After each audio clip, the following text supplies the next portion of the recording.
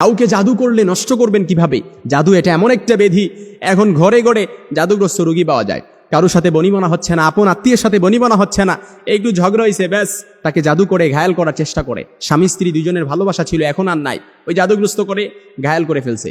কারণ জাদু এটা এমন একটা মারাত্মক ব্যাধি, একটা সুস্থ মানুষকে অসুস্থ করে কবর পর্যন্ত নিয়ে যাওয়া সম্ভব। জাদু করে কাউকে বশ করা সম্ভব, জাদু করে কাউকে বশ করে ঘায়াল করারও চেষ্টা করে। মনে রাখবেন, কাউকে যদি জাদু করা হয়, ব্ল্যাক ম্যাজিক করা হয়, আল্লাহর হাবিব সাল্লাল্লাহু আলাইহি সাল্লামকেও কিন্তু জাদু করা হয়েছিল। আল্লাহর হাবিব সাল্লাল্লাহু আলাইহি সাল্লামকে যখন জাদু করা হয়েছিল, আল্লাহ তাআলা কোরআনের এই দুইটা সূরা নাজিল করলেন।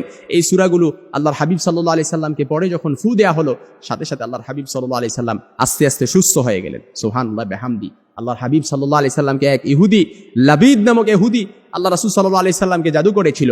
অবশেষে আল্লাহর হাবিব সাল্লাল্লাহু আলাইহি সাল্লামকে যখন স্বপ্নে দেখানো হলো যে পুরুষ গাছের, খেজুর গাছের কাটি দিয়ে, তারপর মাথার আঁচড়ানো চুল দিয়ে, চিরুনি দিয়ে, 11টা গিট্টু দিয়ে জারওয়ান নামক কূপের মধ্যে ফেলে আল্লাহর হাবিবকে জাদু করা হয়েছিল। অবশেষে স্বপ্নে দেখানোর পর আল্লাহর হাবিব সাল্লাল্লাহু আলাইহি সাল্লাম পরের দিন ঘুম থেকে উঠে হযরত আম্মার রাদিয়াল্লাহ, হযরত আলী রাদিয়াল্লাহ, হযরত জুবায়ের রাদিয়াল্লাহ, এই তিনজনকে নিয়ে ওই কূপের কাছে গেলেন। ওই কূপের কাছে যাওয়ার পরে তিনজন কূপের পানি সেচলেন। পানি সেচার পর কাদার নিচ থেকে চিরুনি আর মাথার চুল, এগুলো এই জাদুগ্রস্ত জিনিসগুলো উঠালেন। তারপর উঠিয়ে ফিতনা এড়ানোর জন্য আল্লাহর হাবিব সাল্লাল্লাহু আলাইহি সাল্লাম সুম্মা দুফিনা, অতঃপর এগুলোকে দাফন করে দিলেন। আল্লাহর হাবিব সাল্লাল্লাহু আলাইহি সাল্লামকে জাদু করে এমন অসুস্থ করা হয়েছিল যে আল্লাহর হাবিব সাল্লাল্লাহু আলাইহি সাল্লাম বিছানা থেকে উঠতেই পারতেন না।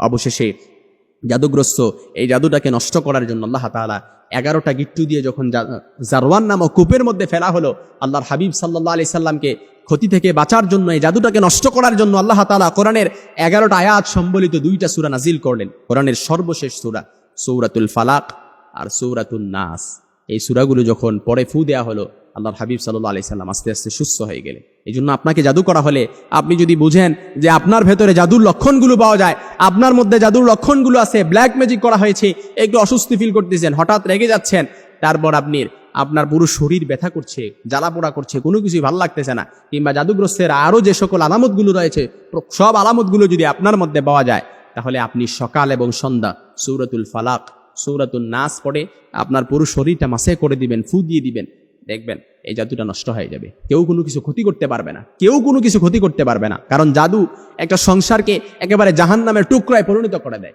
স্বামী স্ত্রীর ভালোবাসা ছিল, কিন্তু এখন আর নাই।